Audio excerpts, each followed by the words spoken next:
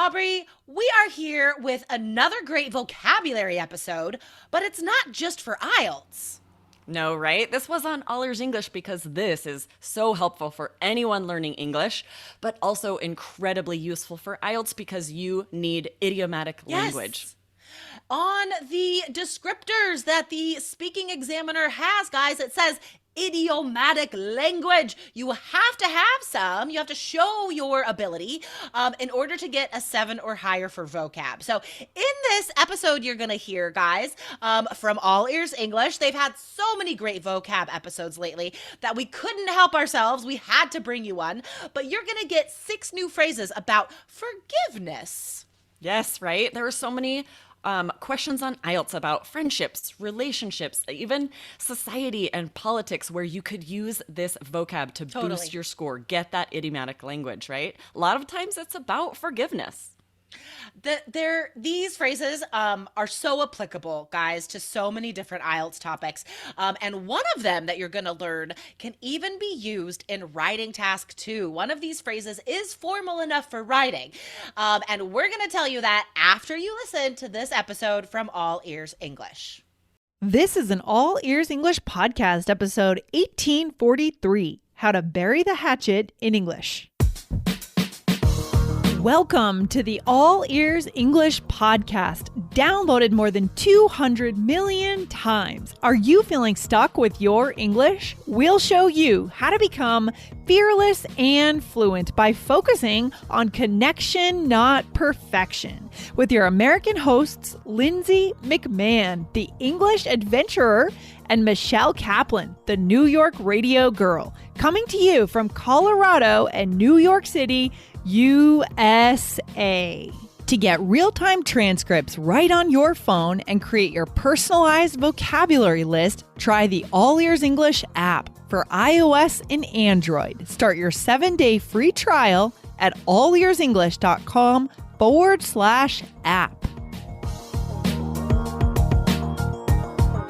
What is your argument style? Today, learn 6 new vocabulary phrases to talk about making up after an argument. Learn how to be the bigger person when you get into a fight. Hey, Michelle, how's it going today? Hey, Lindsay. Good. How are you? I am feeling great. I'm happy and grateful to be on the podcast. So everything is good. What are we getting into today, Michelle? Well, today we're talking about what to do after an argument with someone and like those feelings and letting it go. I mean, Lindsay, when you kind of have a negative experience with someone, is it easy for you to let things go? Are you like often the one to try and fix things? Are you good at swallowing your pride? I think it depends on how important the relationship is. But yeah, for sure. When I have an argument, I internalize a lot and it sticks around for me. Yeah. Sometimes with like a chip on my shoulder or with like anger like below the surface if I don't address it, or sometimes just I feel like I've done something wrong and I can't shake that feeling. Like it feels really bad. I can't get rid of it. You know? Yeah. Oh, I know. I hate that feeling as well. Lindsay, what does that mean to swallow your pride? Ooh, swallow your pride is a great one. It just means you put your pride where it belongs, which is in a lower place compared to the relationship, right? Because in the end, our pride is not as important as our relationships. Our pride is we're proud, right? It comes from the word proud. And to swallow your pride, maybe you go up, maybe you apologize, your ego. You apologize, you say, hey, I was wrong. Right. Right? Yeah. What about you, Michelle? What's your argument style? I think I saw, and so many times when we talk, I think we're so similar. Like, so we are similar, yeah. We are similar. Like, I feel like we do both really internalize things, and we like, I feel like both of us, we just like, we want things to be fine. Like we want, like we don't, it's like very some people I think are okay with that discomfort of like, oh, something isn't right with somebody. Like for me, I have a very hard time if there's an issue, it weighs on me. Totally weighs on you. Yes, I'm the same way. Exactly. I like people to be, I don't want anyone to be upset with me. Yeah. I don't want to feel like I'm not doing the right thing, but I like that expression too that I've heard a lot lately, to do right by someone. Do you know that expression? Right. It's basically doing the right the right thing. Yeah. Exactly. This is so good. Oh, today we're going to come out with lots of good expressions. And honestly, Michelle, a topic today that everyone needs, right? All of our listeners, if you guys live in English, if you express yourselves in English, eventually there's going to be some kind of argument. We're human beings, right? So we're going to get into this today. But first, Michelle, I want to read some of the names of our awesome reviewers from our Android app. Michelle, we've had this Android app out for about a year and we have tons of listeners. Aren't you excited that finally we have the Android version of the All Ears English app? I can't believe that it's already been about a year because I feel like, for so long we had people asking about it and it was like, I know. Just like, then it was just a baby and now we're watching it grow. It's growing up. It's growing up. So it's a year. Wow. It's amazing. Guys, I want to say a special thank you to a couple of people that reviewed us in Google Play. So thank you to Keiko. Thank you to Omar El Hadra, Mohammed Reza, Kermani, Swapnil Saminder, N.A., Marcos V.S., and Zakin Balbino. These are just a few of the many, many students who are using the Android app to get the transcripts and get the keywords, and they have reviewed us in Google Play. So guys, go over and do the same, and we will try to announce your name on the show if we see your review. Right, Michelle? Absolutely. Thank you so much. We love it. It's so meaningful to us. We love it. We love hearing from you guys and you having you let us know what you think of the show. So leave us your review. Absolutely. So, Lindsay, what about this expression? We were talking about swallowing your pride, but there's another expression, to be the bigger person. Ooh, I love that. What? I mean, does that mean physically you're taller or larger in some way? No, it's not about your physical size. I know I could never be the bigger physical person. I'm a small person. Me too. I'm only 5'4" and I'm small, so I'll never be physically the bigger person. But I do like to take that road, right? Take the high road. Maybe we'll do that one too later. Oh my later. gosh, we'll there's see. so many. There are actually so many, and I wonder how much of this is cultural too. Actually, sometimes I think about what are the narratives that we grew up in, the stories that we read in terms of what is the right thing to do in life, right? Like honesty. I don't know how much of that is cultural valued in our culture or how much of that is our family, our parents' values that they pass on to us. It's a good question, actually. Yes, exactly. Yeah. Something to reflect on for sure. Yeah, for sure. So be the bigger person just means do the right thing. Maybe you're in an argument with someone and that person is just getting dirty, right? The ego, they're throwing out insults and you're not going to do that. You're going to be the bigger person. You're not going to insult the person and take cheap shots, right? Cheap shots. Cheap shots. Oh my God, Michelle, the vocab is just pouring out of us really today. Is. Instead, you're going to apologize or you're going to get down to the real issue. Right. Exactly. So it's kind of like that idea of swallowing your pride. So now we're going to teach some expressions that are about like making up. Right? Okay. Yeah. So perfect. Getting done with the argument. So what's the first one, Lindsay? Okay. Patch things up. So imagine, do you do any sewing, Michelle, yourself? Do you sew?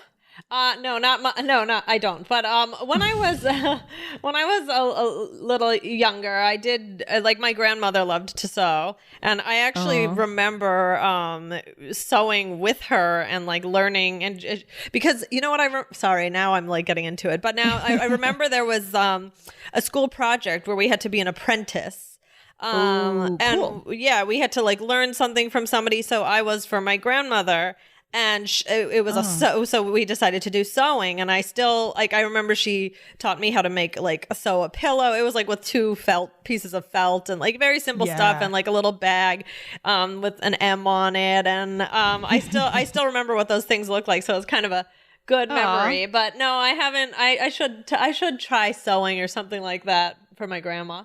Oh, that's such a nice memory you had with your grandmother. That's so cool. It's really nice to have those. I bet a lot of our listeners have memories, with their grandparents too. And it's things that we treasure. Oh. It's a special relationship, right? With your grandparents. Yeah. I watch my parents with my niece, and it's so cute because she can be a little crazy sometimes, but they don't need to discipline her the way her parents do. Right. And it's so nice. Like they get to be the grandparents. What a great deal. Yes. My mom always says, oh, it's much easier to be a grandparent. For sure. So patch things up is about, right, it comes from this idea of sewing, but we're not talking about taking a needle and thread, right, Michelle? Right. Yeah. I mean, I would assume it comes from sewing. Yeah. This idea of like, you know, how you put patches in jeans or patches of, it's like connecting like there's a hole and you're kind of, you're making it better. So, you know, it's this idea of, there's an argument and you're doing something to make it better, to fix it, to sew it all up. So you could say something like, so this is, I mean, a great phrasal verb, right? This is a phrasal verb. Patch up. This is a phrasal verb. You're right. It is a phrasal the phrasal verbs strike back. They come back again, guys. They're always here. So you could say, let's patch things up. And we usually do say patch things up like that. In that little chunk. So let's patch things up. I don't want to fight anymore. Awesome. I'm actually interviewing someone later today who, by the way, will be on the show much before this episode comes out, more like in March sometime. But he specializes in phrasal verbs. Oh. So that's going to be kind of fun to talk with. Alex Bricker is his name. He'll be on the show and we're going to go deep into some phrasal verbs. Yeah, fun. Excellent. Love it. Love it. Yep. All right. So the next one, Michelle, what is it? So this one is a very, you're not going to use this with everybody. No. It's kiss and makeup, or you could just say makeup, you know? Yeah. When I hear the word make up, like let's make up, I think of little kids. Like I think of my 7-year-old arguments with my friends, especially girls. Like, oh, we've been fighting for a week. Let's make up. Like you walk over to the friend's house, like I want to make up. Right? It's a little bit juvenile. Right. No, I definitely see that. And then when you say kiss and makeup, it's kind of cute. That's another. Yeah. It's like cute sounding, but it's like good for couples, or sometimes people might say it to kids, like, oh, kiss and makeup, or like, you know, to siblings or family members. Something like that. Yeah, I'm pretty sure my dad said this to my brother and I. He doesn't actually expect you to kiss your sibling, right? And be like, oh, no. It's just like, oh, come on, kids, kiss and make up. Let's move on. It's just an expression, okay? It's an expression. Exactly. It doesn't necessarily have to involve an actual kiss. Yeah, for sure. And here's a sample sentence. All right, you two. Now, kiss and make up. You have such a great relationship. Yeah. So I love how you said that. Couples, siblings, kid friends, right? Things like that. A little juvenile. I would not use it at work with a colleague. That's the key. Right. That is the key. That would be a little bit strange. So another one is to smooth things over. Yep. I like this one. Smooth things over. So for example, I'm going to talk to him and smooth things over. I don't have the energy to fight. I'll be the bigger person. So here we're getting in bigger person. So that's fantastic. When I think of smooth things over, I think of like smoothing peanut butter, like peanut butter on a piece of bread or something. You're always thinking about peanut butter. I do think about peanut butter a lot. But it's usually from a spoon. Yeah, true. That's me. Actually, this week I just didn't buy the peanut butter. So I've realized like maybe it is one of my big weaknesses. So sometimes I just don't buy the peanut butter. So then I can't eat the peanut butter when it's at home. You know what I mean? Oh my gosh. Yeah, no, I've been eating a lot of peanut butter nowadays, actually. That's okay. That's all right. All right, Michelle. And then what would be the next one? This one is bury the hatchet. Now this one interesting. This one sounds so intense. I mean, what is a hatchet? I know. Oh my gosh. I guess this is a weapon. I guess they're referring to like a weapon, right? Yeah, a hatchet is I have kind to, of look up a picture of a hatchet. Isn't it like I'm an gonna axe? look it up now too. Yeah, it's like an axe. Yep. It's when I Google hatchet, I see kind of like a hand axe. Something you hold in your hand, very similar to an axe. But I've never quite understood what this means. I guess this means someone hurt someone, metaphorically speaking, with a hatchet. Not literally. Please, we're not talking about taking a weapon to someone, but metaphorically speaking. And now you want to take that weapon and get rid of it. So you're trying to get rid of what happened. Like you're trying to forget about what happened. Is that how you interpret that, Michelle? Right. It's like you're burying. Yeah, the hatchet is almost like the symbol of the fight, right? Of the fight. Like the sharpness, the terrible thing. And to bury it is to just say, okay, we're done. Exactly. Yeah. Oh my gosh, that makes me think of this new trend the last couple of years I've seen is axe throwing. Have you tried that or seen that anywhere? Axe throwing? So yes, I have been axe throwing, but I was too scared to do it. I stood. I stood here. Elena laughing at me. I stood in the back and I was just like, I'm not doing it. I can't do it. Like it just freaked me out too much. Have you been? Yeah, I've done it. Yeah, I've been a number of times out here. Really? For like birthday parties a few years and in Boston too. It's fun actually. It's a good workout for the abs because you have to get your whole body in it. Guys, this is a trend now. We have weird trends in the US, right? So it's kind of a party spot. You bring your friends Saturday evening. You buy a space for maybe 6 to 8 friends or something like that. And everyone just takes turns throwing the axe into the bullseye. And you get points based on how close to the center you get the axe. Yeah, it's a trendy, fun thing to do. I mean, what's next? You're not scared when you throw it? No, I was at first, like the very first throw. And then you realize you learn how to hold it. And then you realize you have, there's safety measures in place, right? Like you have to be standing in a certain place to throw it. And yeah, hopefully you won't throw it backwards. That's my fear. I mean, if you've ever people have seen me do bowling and skee ball, and I'm always the one that it goes in the other person's lane. Maybe you shouldn't do axe throwing then, Michelle. Right. You should just go and watch. I don't think I should be allowed. I would have to be in a private room, and the axe would have to have be covered in marshmallows over the sharp part. It's just some sort of padding, so it wouldn't even work. I mean, it always I've been known to the skee ball. It goes in the other lane or good to know. If I get invited to go axe throwing with you, I will decline. Yeah, you should decline or you should go hide somewhere. But mostly you should come because you'll see me go into absolute nervous energy mode and be like, I can't. And it's genuine. That's so I'm not putting on a show. I'm really freaked. That's interesting. I had that experience when I was at a shooting range, with the NRA guys as part of the course, the Connected Communicator for our students who are in that. Maybe they don't know that part. After the interview at the gun show, they took me to they asked me if I wanted to join them at the shooting range or the gun practice range, wherever people practice with the NRA. And I went and I got the goggles on, had the gun in my hand, and I couldn't shoot it. I just couldn't do it. I was too afraid. I was like, it's going to backfire. It's going to something's going to happen. I just couldn't pull the trigger. I couldn't do it. Wow. And so it's fine. It's fine. Maybe I'm just a big wimp, but I don't like what guns stand for. I don't like them in general. So I just went home, or I didn't go home. I just left. I can understand that for sure. Should we do a role play? Yeah, let's do the role play, Michelle. We're talking about a lot of interesting things today. Let's get into the role play. Here we go. So here, we got in a fight a few days ago about a misunderstanding. We misunderstood a time. I guess a meeting time? Is that what? Yeah. So here we're close friends and we had a misunderstanding. Here we go. And maybe we had a little fight about it. So here we go. Hey, Lindsay. Hey. Listen, I really want to smooth things over. I think things got out of hand the other day. Well, thanks, Michelle. Yeah, okay. Let's bury the hatchet. Thanks for being the bigger person and coming to me. Of course, I wanted to make up. I had to patch things up before your big trip. Yeah, I feel better now. Thank you. Yeah. And I do think it's almost always good to do this. Even honestly, especially as we get older, more mature, smarter in life, even if the other person has done the thing that's wrong, it's good to develop the habit of coming to them and saying, hey, I'm sorry, mistakes were made on both sides. Right.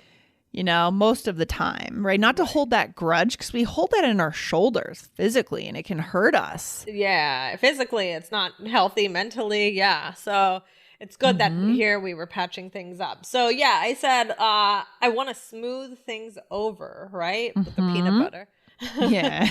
All I can think of is peanut butter on a piece of bread now. Yep. Okay. And then I said, okay, let's bury the hatchet. Thanks for being the bigger person and coming to me. And then I said, I wanted to make up, right? So I didn't say kiss and make up. I know. Yeah. But I said, I had to patch things up before your big trip. because maybe I was going somewhere and you wouldn't be able to talk to me for a few months. So you wanted to make sure to do that. Right. So guys, think today. I mean, we have to finish up today's episode. We got to get off the mic here. This has been a good one. But Michelle, what would you say is the takeaway? What should our listeners think about after this episode? Think about like your fighting style, like your argument style. And is it worth it to start thinking about these expressions, being the bigger person, smoothing things over? What was the one about the swallowing your pride? Is it time to reflect and think, well, could I be, doing some of those things? Very good question. I love it. I'm going to go think about that now too. Good stuff. And guys, make sure to get the All Ears English app, allearsenglish.com/app, and it's out for Android and iOS. Go ahead and leave us a review when you get the app. All right. Good stuff, Michelle. I'll talk to you very soon. All right. Bye, Lindsay. Bye. Thanks for listening to All Ears English. Would you like to know your English level? Take our 2-minute quiz. Go to allearsenglish.com/fluency score. And if you believe in connection, not perfection, then hit subscribe now to make sure you don't miss anything. See you next time. What a fantastic vocab episode. Yes, right? So much great information. And maybe you guys noticed the one that you can use, task 2 writing, would be great for problem solution essays. Yes, totally. So the idiom we think is formal enough for writing, guys, is to swallow one's pride. That is definitely high level and formal enough for writing. And this would be such a great thing to include in problem solution essays about having too much pride or having the wrong attitude, punishing children, celebrities, privacy, making mistakes. There's so many different topics that this could be used for. So again, you can still use idiomatic language in your writing. Just make sure it's formal enough. Yes, exactly, right? And all of these would be great for IELTS speaking, right? No matter how informal they are, idiomatic language is what you need. So don't miss All Ears English episodes. Guys, there's full of great vocab, grammar, idioms, lots of stuff that you guys need on IELTS. Exactly. So right now, guys, if you're listening in Apple Podcasts or Spotify, wherever you listen, search for All Ears English and hit follow. All right. And don't forget to follow us because we will see you tomorrow with another normal IELTS episode. Awesome. Thanks, Jessica. See ya. Thanks. Bye.